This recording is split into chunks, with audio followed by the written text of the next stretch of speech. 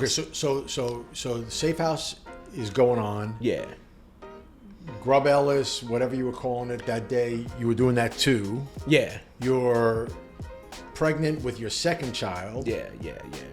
And now Safe House is saying, hey, are you in it or you're not? Right, in and out. Okay. So I was like, okay, it's fine. I stayed out. All right.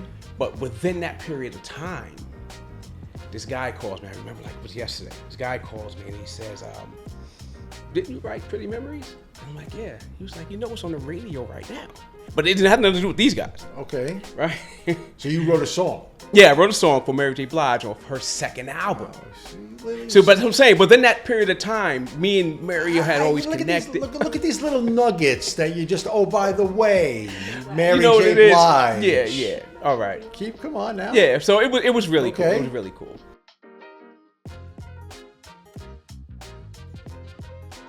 Welcome again, everybody, to the Zelnik Exchange. Today, I have the privilege of spending time with my good friend, Duane Burress.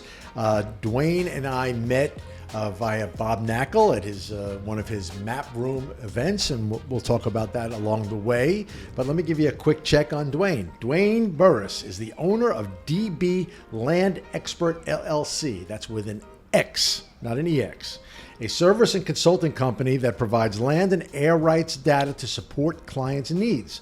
The approach is using our proprietary database of high-level analysis with a boots-on-the-ground perspective. Now, I know Duane's been doing this for over 40 years, and I grabbed Duane. I said, you got to come in. You got to talk about it. I want to hear about everything you've done your whole life. No, what you've done over the 4 decades.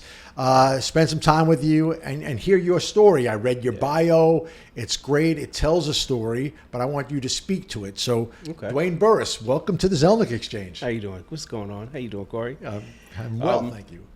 Well, I would say I started out just getting a job. Okay. That was really it. And that's where it all starts, right? Yeah, I'm telling you, it really lucked up. I just got out of high school, and the summer was there. And it was ending, and my mother says, okay, you have two choices. So that was it. So, okay, fine. Do that. I remember getting up, and then I'm taking a train. Kid you not. Okay. I had two of my friends, and they had their two girlfriends there. And they said, hey, do you want a job at where I'm at? I'm talking about the same day that my mother said that. Okay. So that's how that started with. And so the company. So where was that at? I was on the train. Where was the job? Yeah, it was James Felt, Grubb & Ellis. Okay. Grubb & Ellis had just come into the city. All right. And he was always a California-based company. Yes. So it was James Felt, and they had William A. White, Tishman East. Okay. But I was with the James Felt team, which was with Abe Barkin and Henry Hart Rice and a few of the other guys. And was that James Felt team, from what I can remember, because it's a little bit out of my sort of retail bailiwick. Yeah. They were they appraisers? They were investment sales people? Yeah. So Abe Barkin, he ran it as the president, and Henry Hart Rice was the chairman. Okay. So Abe Barkin took care of everything, the valuation, which is, Deb Fector, Monroe Kaufman, that whole team. And Henry Hart Rice ran it, and he took care of everybody that was on his team, which was the Ben Carrigas and the Jonathan Millers and stuff like that. And so for some historical perspective, Henry Hart Rice, I don't know the man, know the name, became so prominent in the industry, in your world, they named an award after him, correct? Yeah, that's crazy. Now that's for best investment sales, what is his Honestly, award I don't remember. I'm not sure if it's the most ingenious one. I'm not sure. Okay, really but I know for sure they have an award after him through Rebney. Yeah. Okay, great. So I started with that, and I was working just within the company there, and then research. They needed somebody to work on the research.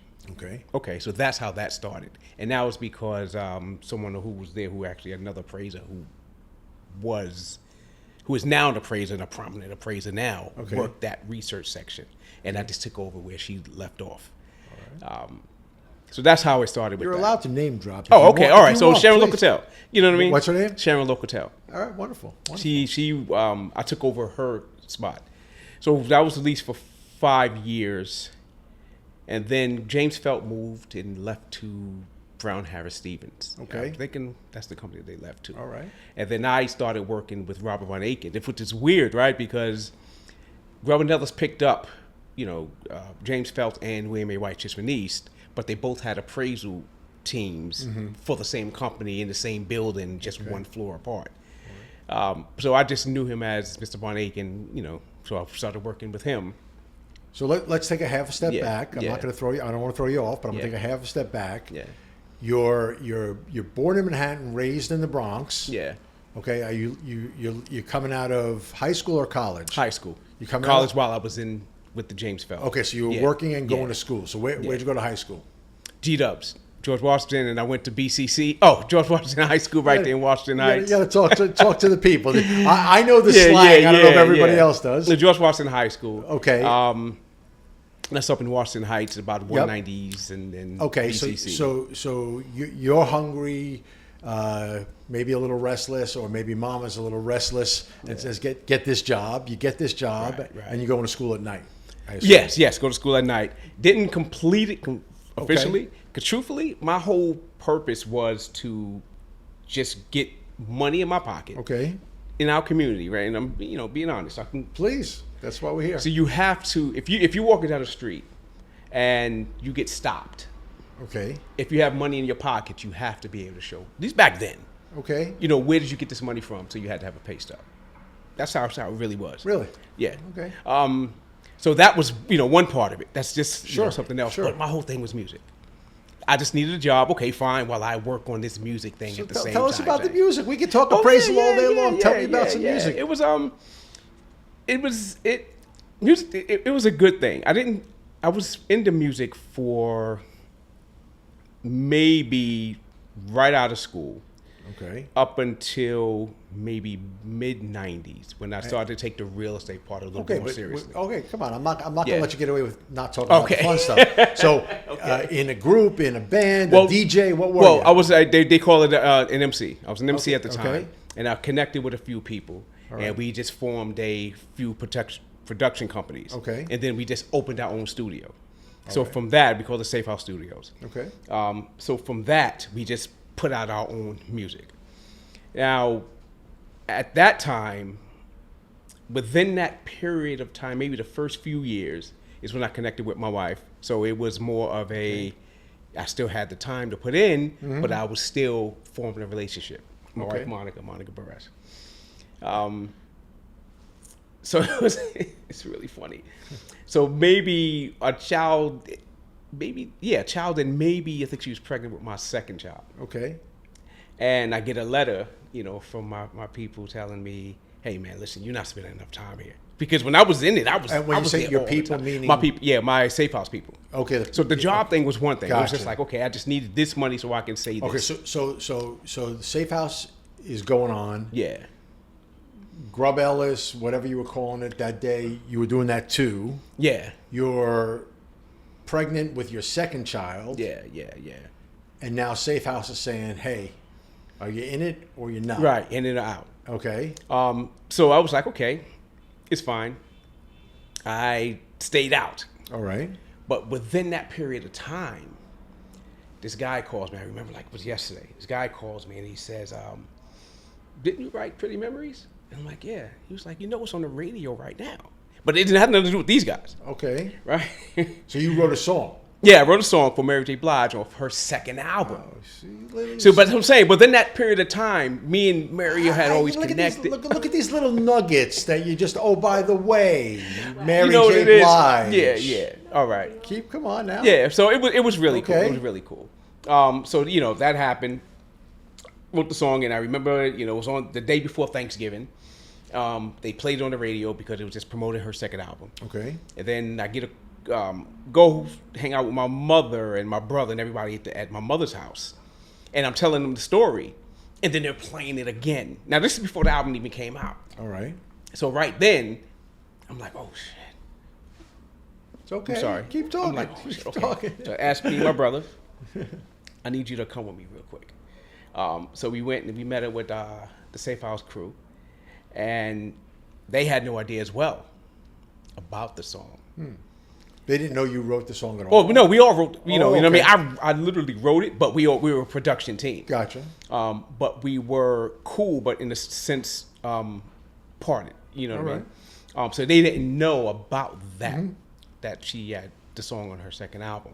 How did she get a hold of the song yeah, to we was begin cool. with? Yeah, we were cool. So it was nothing for her to come to the house. No, but, so you knew you were friendly with Yeah, her? yeah, Okay. yeah. All right. Her manager worked at Grubb & Ellis at the same time. Come on. Her manager worked there at great. Grubb & Ellis. This is great. So with that, you know, we were just cool, and we, you know, always connected with a whole bunch of people. Sure. You know what I mean? So it was just part of the business, right? So you're going out to parties. You know how it is. When you're trying to get in it, you have to be everywhere. Of course. So everybody can see who you are. So it was the same thing. You know what I mean? That's the part that I'm saying that the team was like, you know what? You just gotta, you're not doing that anymore. Like, you're not staying out 1, 2 in the morning anymore like you have to. You know, so I understand, you know, putting the grind in. So yeah, once that was it happened on Thanksgiving. I'm really going to fast forward just behind what happened. Okay. But before the album came out, the numbers were set. So I'll say it. What do you mean leave the it at numbers that. were set? This is what I'm going to get paid off of it. This is what you're going to get paid. Oh, this is okay. what she's getting paid. So I've made sure. Contractually, in writing? Absolutely. Again, Okay. from that Thursday to before the album came out, Okay. you understand where we're coming from, right? Okay, This is understood. where it's going to be set. All right. No problem. Nobody from that team, nobody from the record company, nobody from the guy who just, Okay. he had no problems. So yeah, so that was that part. And from there, it was like, okay. And I remember it took about a year and change to get the money. But the first check was more than what I was getting, right? At where I was working. Right. Sure. And my wife just started working at Grubb & Ellis that January. Oh, she's there too. No, she's there now. It's like No, a but year in. Okay. Yeah. So I was with her maybe 5 years before she started working at Grubb & Ellis. All right. So with that time, I was like, you know what? I'm not going to leave. I'm just going to keep it going. Okay. Whatever money we have, we'll just keep building. And then, you know, once it happens, it was a really popular record. It just keeps building. You just keep getting it. Because I feel like there's always been horror stories about royalties. See, that's what I'm saying. See, Okay. that the part that I'm not going to talk about is we made sure we were set by the time this album comes out. All right. You know what I mean? Okay. So yeah, I was cleared. Good. I wasn't worried about them trying to do anything or, you know. So you made so much money off of this song, you only do appraisals as a hobby. No, but that's what I'm saying. But that's my whole purpose. I just Right, needed to have the money. You know what I mean? But in general, and then I would assume this is for everybody. You try to kill whatever's in your way, right? So whatever you're doing, you don't slack on it. So while I'm still doing the music business, like I'm saying, I'm 2 in the morning because I still have the job. I'm Right. still trying to build, or just trying to kill everything that's in my way at the job. Okay. You know what I mean? I wasn't doing appraisals. I was just doing the research, and I was just doing the research on the appraisals and getting into it a little bit more. Yeah. So And then leaving and then going and doing. Okay, so the your music. Van Ackens and the people that you're working with or under, whatever, they're saying, hey, Duane, look this stuff up. Go do the diligence. You know, hit the books, because back then it was books. Right. Hit the books. Set get up all the the library. info. Da, da, da, da. 6 o'clock, you check out from Grubb & Ellis, and then you're going uptown to the clubs. Yeah. Okay. So that's how that was. And All right. And then it was about maybe the 90s and mid 90s when I was taking it a little bit more seriously. The appraisal, the appraisal. business. Yeah, Okay. the business of real estate. Which I'm always doing something. So I always have one thing, but I'm always doing something else. Again, try to kill whatever's in your way. Sure. And it wasn't until then, and I guess I was doing a decent job because I used to get so many letters on my desk because I was always late. I was late all the damn time. Late for work? Late for work. Well, you're out till all the 3 time. o'clock in the morning. You got to be in the office at 8 o'clock. You got to get here on time. And Bob he was just cool about it. Okay. Because otherwise, I would have assumed that I was just going to be out of it. Yeah, sure. But I think he saw that I was trying, and the work that I was producing was working. So while I'm there, I'm just trying to get into how I just operated. So while I'm there, I remember him coming back from a meeting. It was a guy, him and Bill Bacoli, and he said, why do we have to keep asking people for comps? Why do we have to do that? Okay. So, of course, I hear it. I run with it like, yeah, why do you have to ask people for comps? Right? So from there, so just to set aside, when you're doing appraisals, you have the time to do the research, right? But I think at that time he may have had 9 different appraisers, and I think 8 of them were MAIs. Right. But isn't, and I apologize, Yeah. but isn't the basis of, or the core of the appraisal business is how you communicate with others, brokers, owners, whomever, getting the comps? Right. Don't you have to go out there and get them, by the phone, Yeah. whatever? Yeah, So you do that. You have to ask people. Yeah, you do that for sure. But he was just saying, if, at the time I think they had Ready, and then First American was the name of it, where Okay. they had all of the cards and the books and everything that you had to put together. So you do the basic diligence in that, but you still want to call and see if there's anything Right. else out there. And he just, when he said that, he was like, why do we necessarily have to call for every single thing? You know what I mean? Let's Okay. just create the database that we have, and then we'll just work it from there. And it worked out, right? Because a lot of stuff was litigation, right? So when you're working, just like with any court case, word of mouth doesn't work, right? So I can't say Cory told me that it was $450, Right. unless Cory's going to sit there on that stand and tell everybody, the jury or the judge, Yeah. or the people that are being disposed, is it $450? I don't want to hear Cory says it's $450. But the hypothetical $450 appraisal, Yeah. that's for a court case. But there are appraisals on properties, right? You're doing properties too, no? Yeah, you're doing the properties, but a lot of the stuff that he did was for litigation. Okay. Right. So, and I didn't learn about the bank aspect of appraisal until okay. There you go. connecting with John Busey's team. All right. Right. And the volume of work that comes through that. Right. Like, so the appraisals for a bank loan could have been about this thick. Sure. But Bob's was maybe about half because he just trimmed a lot of the fat, right? Because the more you say, the more that they can use against you. Well, of course. I mean, Right. look, So I know if I understand and appreciate the court system. Right. I know how that works. You speak. Yeah. You speak in bumper sticker. Yeah. Type sentences. Right. And then let me talk my way into what That's I all. mean behind it. Yeah. You know what I mean? You just leave it for them to be able Yeah. to ask you these questions. So that was a lot of the appraisals that were done. So so this is your first 2, 3, 5 years in the business? Yeah, I would say, yeah, going in after maybe 5, 6 in the mid 90s, because again, he had a mean team. He really had a mean team. Okay. So I'm just the only guy that's putting these things together for them. But with appraisal work, there wasn't it's all about time, right? So I don't have more than a week and a half to finish. It was probably about 2 weeks at that time. Okay. 2 weeks to finish this appraisal job, right? So if I want land in the Upper East Side, I just want land in the Upper East Side. So I'm doing comparables based off of the assignments that they have, Right. not central to everything in New York. Okay. So that's how that started. All right. I didn't start building a serious database until after leaving the valuation team to go to capital markets team with Newmark. Also at Grubb. No, this is with Newmark, because Newmark bought Okay, I'm Grubb sorry. So, in about oh, 2012. right, I remember that. Okay. Right. So Newmark buys Grubb. Now you're at capital markets. Right. And so now you're evaluating properties for purchase and sale. Yeah, Correct? absolutely. All right. And Okay. it's not centric just to this assignment. So I remember coming down there. We had to go to the 6th floor, and I said, you know what? I'm going to capture every sale. I didn't do Staten Island, so I'm sorry for all the people in Staten Island. No offense taken.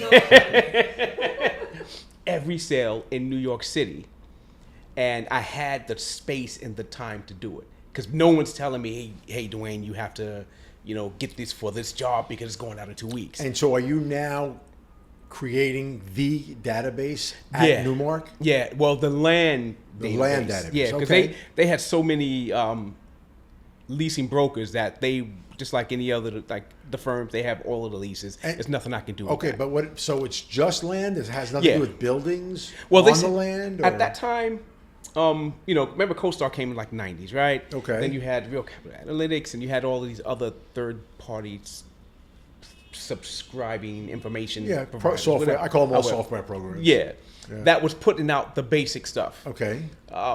I just know that I had a problem with some of the material that we had, because now I'm at least 10 years in working on trying to scrub out data that doesn't need to be there. Even out of the CoStars of the world. Yeah. Right? A lot of their stuff is crap. Yeah. Okay. Yeah. Right. I don't want to. I said it. He said it was crap. You know what I mean? But yeah. So a lot of it was that, and I remember this one company.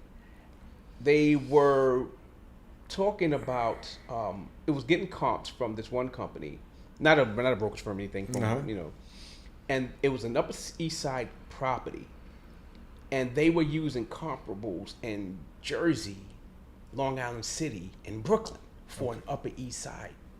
Okay. And I remember thinking, holy.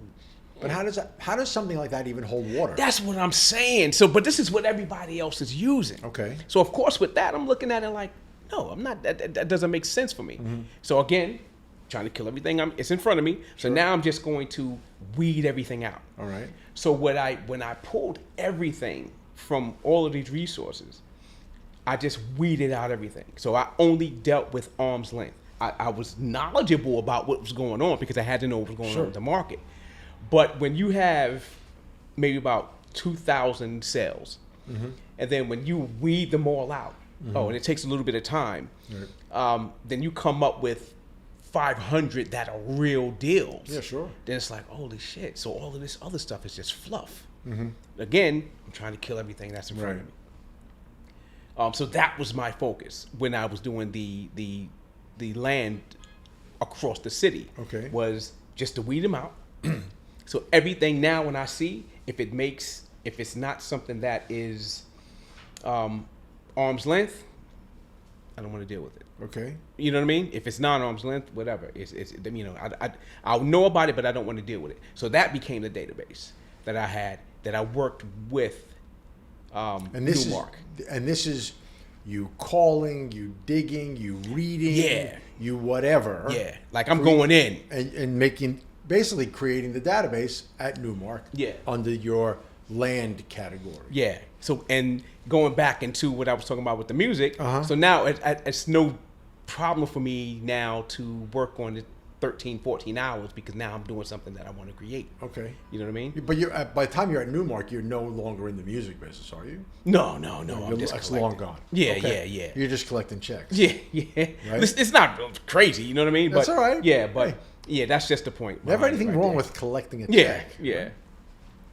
So that was that. So my focus became that because there were so many other, what do you call them again? What's that? Subscribers or third party the software programs. Software programs. Yeah. That I didn't need to tackle multifamily. I didn't need to tackle office or whatever. Because they had it covered. But but did you double check a lot of that stuff? Did you find yourself double checking? Yeah, but by that time they had a whole capital markets research team. Oh, I see. So I didn't even need to do that. Got it. It's just that when someone was asking for land, and then they're getting fluff. That's actually how I got known for it, because they were asking, and someone asked me, I think somebody said, speak to Duane because I know he's doing something. Again, I don't know everybody. I'm just being a liaison. And are you the only land guy at Newmark at the time? Yeah, because everybody else is focusing on the buildings and everything else. Okay. Well, even the land, right? But it's more getting like the appraisal side. It's more what this person is doing. All right. You know what I mean? But I decided I wanted to focus on everything. Okay. So it was this, fast forward maybe to the Christmas party. It was really weird. I didn't even know I was doing this, man. I'm sitting there enjoying myself at the Christmas party, and then every year they have these awards that they give out. Sure. And I remember sitting there talking with somebody, then you know how a keyword will make you pop up your head? Of course. Jimmy Cooney gets on stage and he's talking about whatever he's talking about. And he says land sales. So again, I'm like, okay.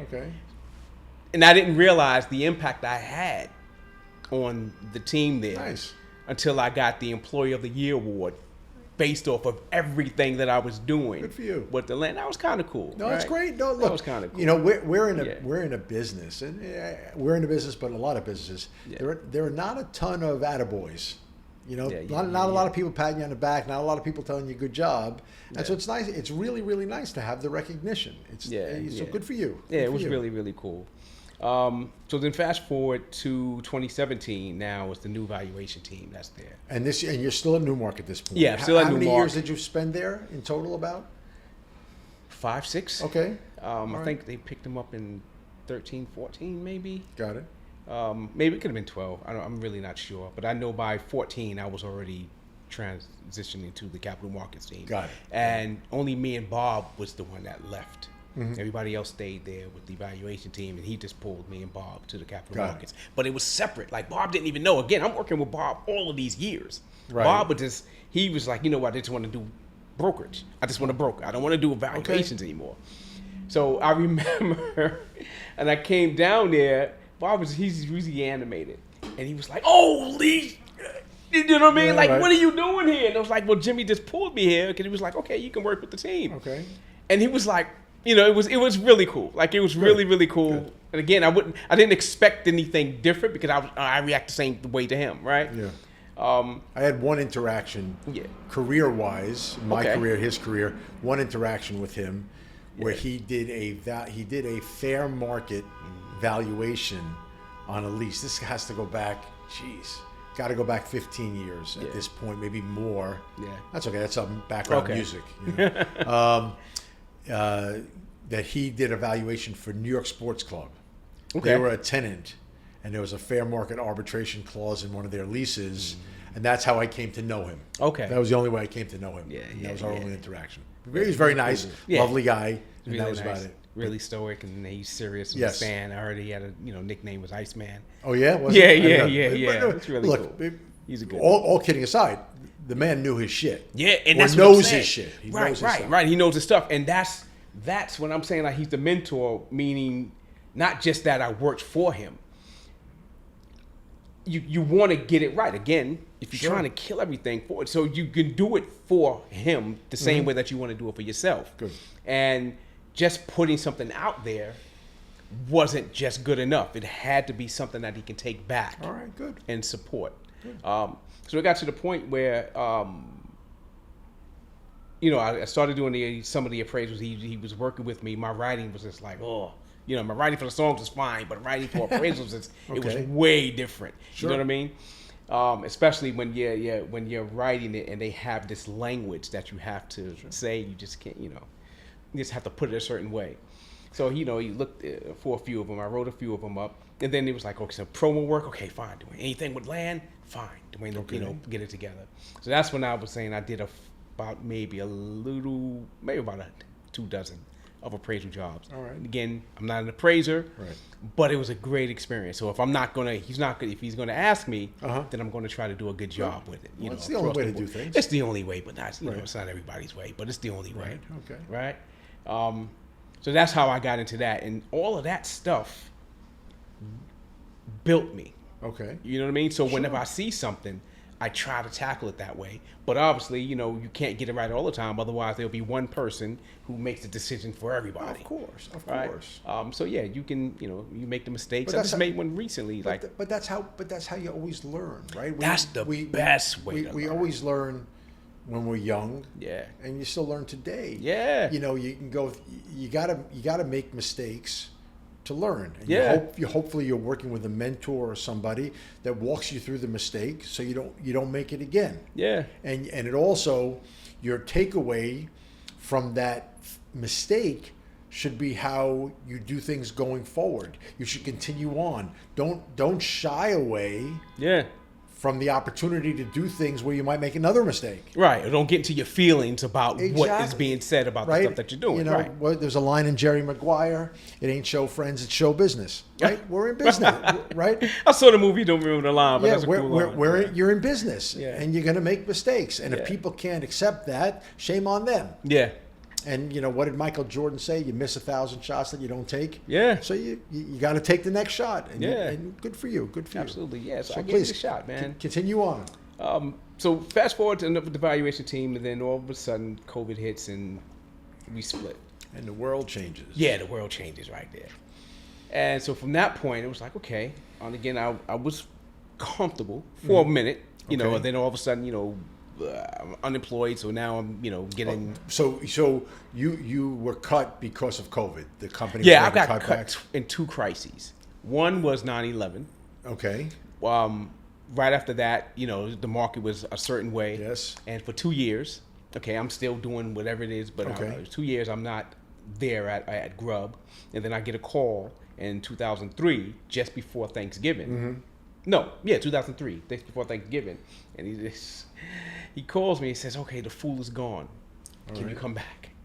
Meaning, you know, somebody came in 2001 and looked at everybody's sheets and said, "Okay, we're going to just get rid of these people, these people, these people," and that's how it worked. So, you know, they got rid of a bunch of people at that time. So once that leader left, that's when he gave me the call. Like, the fool is gone. You want to come back? So I started working with him again. Good.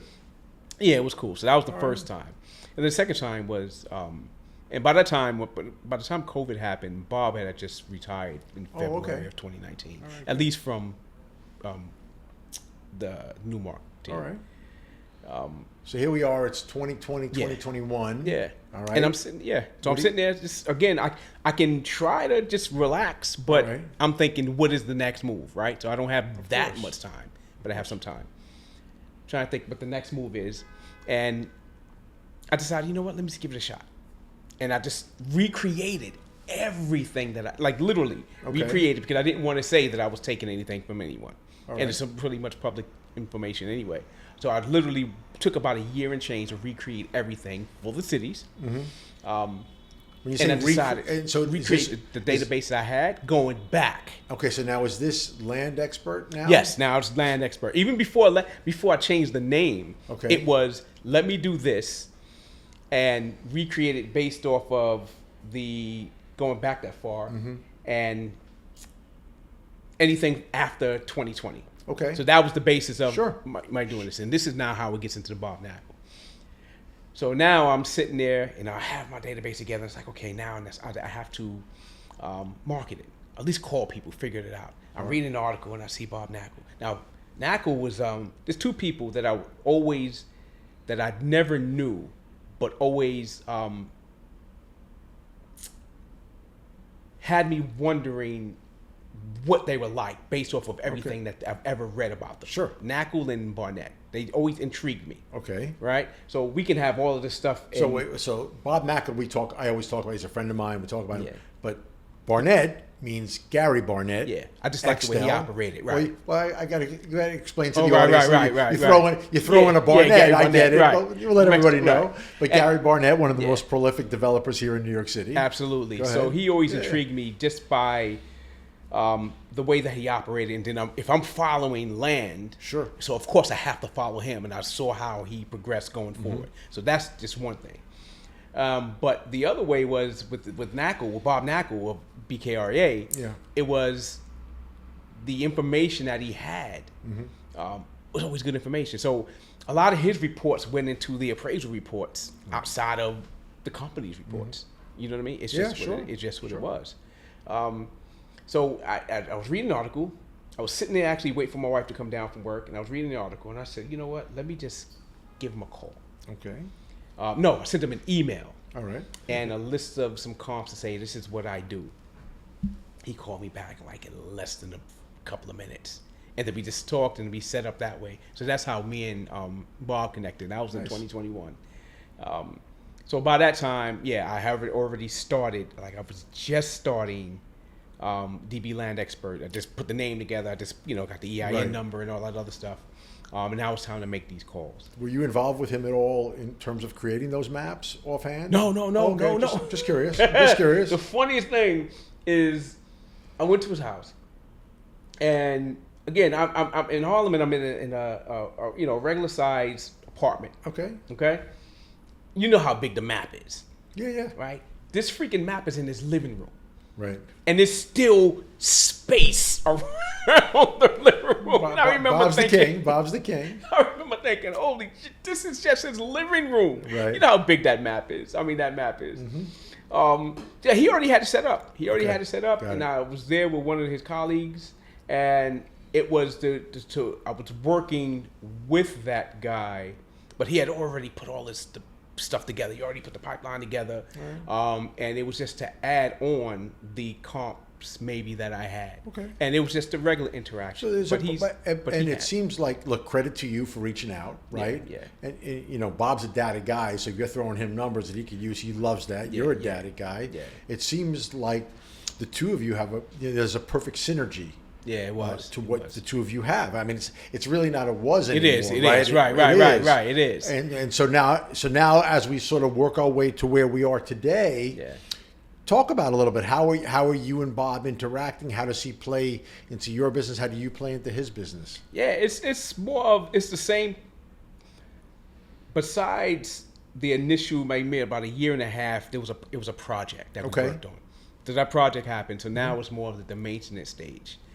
And the maintaining the database goes back into what I was talking about with Bob when he came in and he says, why do we have to ask anybody? Right. So the whole setup and part of DB Landxpert was, even though I would be a party that you were like, you're asking, but you don't really have to ask, because I'm going to have it set up so if you need something, all you have to do is look for it. Right. So that saves time.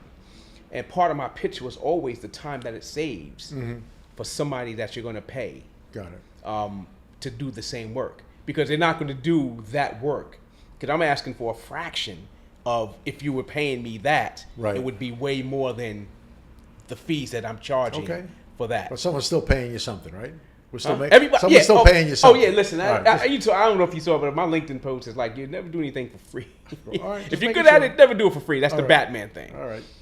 But you do it because you still love to do it. But I still have a wife to answer to. Of course. You know what I mean? Of course. Like, really? But the business. Obviously there's I shouldn't say obviously, but maybe it's obvious. Yeah. You have a constant with Bob.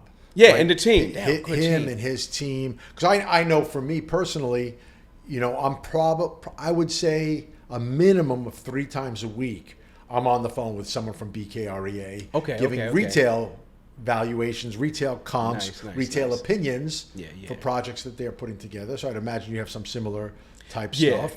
But how have you taken your business, I don't want to say far and wide, but what does it look like? Who are your customers these days? It would be brokers, appraisers, attorneys. One of the last jobs I did was a new attorney.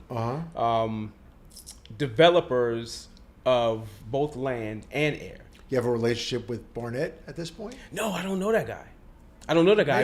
Make the call. Yeah. Make the call. Yeah. Make the call. I would say this. Everything, when I was working with the Newmark team, they dealt with. Yeah, I know, but that's when you're with brokers and like you can't call Gary because I'm calling Gary or I know Gary. Yeah. But now you're DB Landxpert. Yeah. Call Gary Barnett. Yeah. Okay. Yeah. You can't come back on the show. Absolutely. You can't come back on the show without having called him. I'm going to give him a call. Okay. You know what I mean? And I got to get his number. There was one guy. You got to get his number. The guy's so public. You get his number. Yeah. Go knock on his door. Yeah, that's true. I had a barter with one guy. And if not, ask your friend Bob Knackle to make an introduction. Yeah. Cory said it first. Right? Cory said it first. Okay. Absolutely. Good. All right. So yeah, it's interesting, and I'm deep in it. Good. Because I love what I'm doing, and I love that I still have that angle of the mindset of everything is still litigious, right? Yeah. Litigious, if that's what you want to say, right? To where I try to prepare it as if it's still going to court. Understood. So, Understood. And yeah. and as you know, and not just because you're sitting here with me and we're friends and all that stuff, as a credit to you and as a compliment to you, because of the information you share with me on a retail level, you have you have a nose for it, but you're in it and you're in it early, and everything we do in our business is how early do you know something. Yeah. Right? You know, it's like Wall Street, when you buy a stock, they say buy on rumor, sell on news. Right. We need to know early. Yeah. And you're really, really good at it. Thanks, man. And I'm not saying that because you're a friend. Because I watch you and we share information, and so you're great at it. Yeah. And I want you to continue to have success. You must call Garrett Barnett, or else we're never talking ever again. I'm going to give him a call. DB Landxpert, Duane Burress, I am so glad you spent some time with us today. You're welcome back, but only after you call Gary. Absolutely. And I wish you all the best, your family, everybody. I look forward to seeing you again real soon. Thank you. Thank you.